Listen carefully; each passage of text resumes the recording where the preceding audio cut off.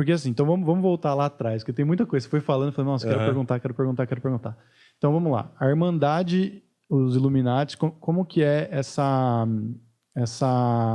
qual é o grau mais alto que influencia os outros? Qual que é a maior seita? Não, Você quer melhorar essa? só para já que você vai perguntar da parte interna das seitas e tal, e acho que já seria interessante não só chegar lá em cima, mas como que funciona por dentro na ciência, assim, para mim também é de como entra e como sobe e como funciona a cúpula, Então né? vamos descer, porque eu também queria perguntar, por exemplo, do porquê dos sinais, Você entendeu? quer começar por cima e... Só pra gente entender como funciona. Ou você prefere começar por baixo? Tanto faz. Não, é só para que, sei lá, geralmente o universo começa por baixo até chegar em cima, Então, mas pode vamos ser fazer de cima para Tanto baixo. faz, como vocês preferirem. Vamos de baixo para cima e você também conta um pouco da sua história também. Tá ok. Você não escolhe entrar, você é escolhido. Então, você é escolhido com base em mapas numerológicos, mapas cabalísticos, mapas astrológicos. Então, tem todo um compêndio de fatores, né? Que eles vão agrupar para te escolher. Aí eles vão te fazer o convite. O convite sempre é muito sedutor. Sempre é muito sedutor, a linguagem é sedutora, você se sente bem, prestigiado, você vai em mansões e todo mundo te trata bem, ninguém te olha para a tua roupa, para a tua cara, para o seu arquétipo, sabe? Você se sente valorizado, especial, né? A palavra é mesmo essa, especial. Aí você passa por o que eles chamam de escola de iniciados. Nessa escola de iniciados é uma lavagem cerebral, né? Eles vão desconstruir totalmente a sua mente, né, e vão fazer com que você acredite que o diabo é bom, que o diabo é um grande injustiçado e que, na verdade, né, os seguidores do diabo, satanistas, a alta magia, vão triunfar no processo. Então, eles acreditam que realmente vai acontecer o apocalipse, poderá ocorrer uma terceira guerra, se bem que agora é menos provável. Né, uma guerra atômica, você destrói tudo. É muito mais fácil uma guerra bacteriológica, uma guerra química, né? Você mata todo mundo e fica tudo preservado, né? Patrimônio histórico, tudo preservado. Então, hoje a guerra química está bem mais na frente do que uma guerra nuclear. Uma guerra nuclear seria para eliminar povos assim, tipo um talibã assim, da vida, né? Alguém que realmente muito extremo, radical, né? Então, eles acabam ali. Agora, então aí você começa a ter essa desconstrução mental. Mas desde o início já declarando que é Satã. Sim. Aí eles mostram slides, imagens. Olha aqui, criança morrendo, pobreza, enfermidade, pessoas passando por dificuldades. Quer dizer, Deus é bom? Deus não é bom. Né? Deus é ruim, olha o que Deus faz com a humanidade, né? O diabo não, o diabo é bom, o diabo cuida dos seus.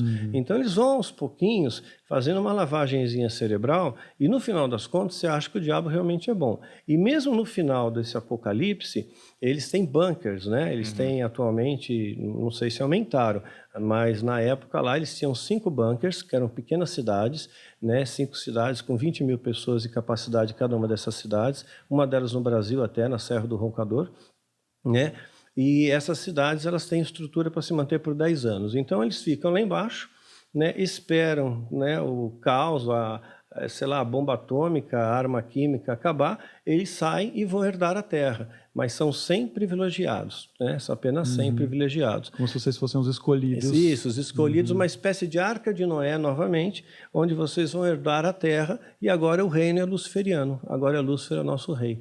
Né? Então eles acreditam piamente nisso, eles não têm aquela ideia, vamos perder. Para eles não é perda, eles vão ganhar.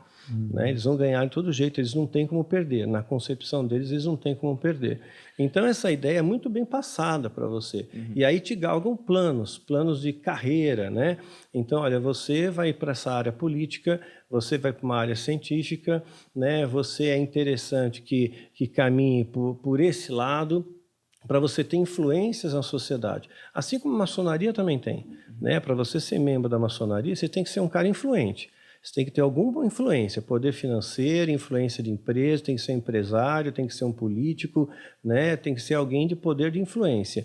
Né? E eles, da mesma maneira, eles galgam pessoas com poder de alta influência para poder subir nesse topo da pirâmide. No topo da pirâmide vai ter realmente grandes presidentes, né? Homens de muito poder poder bélico, poder aquisitivo, poder mesmo, de presidente, né? Então eles colocam essas pessoas lá no topo e também tem um outro grupo que protege esses, né? Que a gente ouve falar como o grupo Bilderberg, né? São as 13 famílias mais ricas do mundo que protegem esses daí, né? Formam um anel de proteção sobre eles.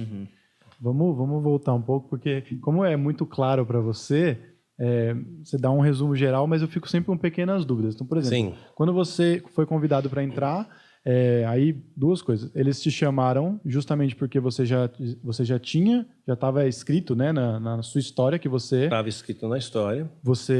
O seu pai, ele era de uma seita? Como funciona isso? Tecnicamente ele fazia parte de uma seita, ele era um sumo sacerdote de uma seita. Eles já sabiam que ele tinha que gerar você com a sua mãe naquele determinado momento. Você, durante sua vida, você foi religioso? Porque eu fico pensando assim, como a maioria é cristã no Brasil, sempre que alguém fala, recebi um convite para tal coisa, a pessoa já tem um certo preconceito de falar, não, mas eu não quero me envolver com isso. Sim. Em algum momento foi assim para você? Ou porque assim, às vezes a pessoa vai para o satanismo por uma revolta com a igreja e tal. Eu tinha um preconceito com a igreja, sim, né? Eu vim de uma família católica não praticante e eu tinha, sim, esse preconceito. Uma vez eu lembro que eu entrei numa igreja, tinha uma placa bem grande, todos são bem-vindos. Isso tinha 16 anos, eu fui recrutado aos 17. Todos são bem-vindos. Eu era metaleiro, né? Cabelo comprido, aqueles brochinhos feitos de urepocas, era o roqueiro pobre, né? Então, entrei na igreja, todos são bem-vindos. Pô, formou uma clareira à minha volta, né? Ninguém veio perto de mim, né? Aí o pastor falou, olhe para o seu irmão, diga que ele é amado. As pessoas de longe, pô, você é amado, né? Você é amado, né? Mas assim, eu não me senti acolhido naquele local. Então, aquilo ficou para mim um sistema político. A igreja é um sistema político em que vai abarcar os mais ricos, né? O que interessa é que você é rico, você é pobre, né? Você não tem nada para oferecer, a igreja não está nem aí para você. Era essa a ideia que eu já tinha desde os meus 16 anos. Né? Então, eu já tinha essa ideia. Aí, de repente, sou apresentado para o satanismo, falei, pô, é isso mesmo. Né? Você falou que a igreja é hipócrita, é falsa, é interesseira, pô, é isso que eu penso, né? Tá, gostei da ideia. Isso que eu quero perguntar, porque você falou, a gente que não sabe muito sobre o satanismo, a gente acha que o satanismo é uma coisa, é uma seita para fazer o mal, né? Para fazer o mal e tal. E aí você fala que eles falam que o demônio, ou o diabo, não sei, é bom, né? Sim. Mas aí a minha questão é mais o sistema de valores cristão, que a igreja tenta impor e tal, que tem todo um código moral e etc e tal, ele é mais ou menos parecido com esse código moral de valores do satanismo, ou no código de valores moral do satanismo é completamente diferente, por exemplo? Gostei, excelente pergunta, né? Obrigado. Né? No satanismo é o seguinte, né? Existe uma hierarquia, essa hierarquia deve ser cumprida e honrada, mas ela é honrada por amor, é honrada porque você valorizou aquilo, porque você está recebendo aquilo. Então é um primeiro ponto. Outra coisa é que o melhor amigo da igreja hoje, né? Isso falando da doutrina satânica, o melhor amigo da igreja é o diabo. Porque se não fosse o diabo, a igreja não teria negócio. Né? Porque ela lucra através do diabo. O diabo vai te pegar, é a maldição do diabo, né? E agora vai acontecer isso, que é o demônio da pombagira, é o tranca-rua, é um monte de bobagem que inventam ali, né? Aí, então, sempre é o diabo. Agora, se não existisse o diabo, não existia igreja. Ninguém ia procurar a igreja por causa do nada, por amor a Deus. Hoje o que enche a igreja é prosperidade. Falou em prosperidade, lotou. Falou em milagre, lotou a igreja. Né? Falou em bênção, lotou a igreja. Agora fala que a igreja vai falar de amor, vai falar de perdão, vai falar de redenção. Né? Não vai. Então as pessoas vão por medo do diabo. Então, aí sim, no satanismo existe uma regra, né, um respeito hierárquico ali dentro também, né, mas é um respeito que não é pelo medo, né, e você é separado. Eles ensinam para você que existem dois tipos de inferno. Existe o inferno para aqueles que se dizem cristãos, mas não são cristãos, ou se dizem cristãos e pecam, né, e fazem aquilo que Deus não quer. Então esse é inferno para valer, esse é inferno de sofrimento. E existe o inferno dos órfãos, que é o inferno daqueles que são filhos do diabo.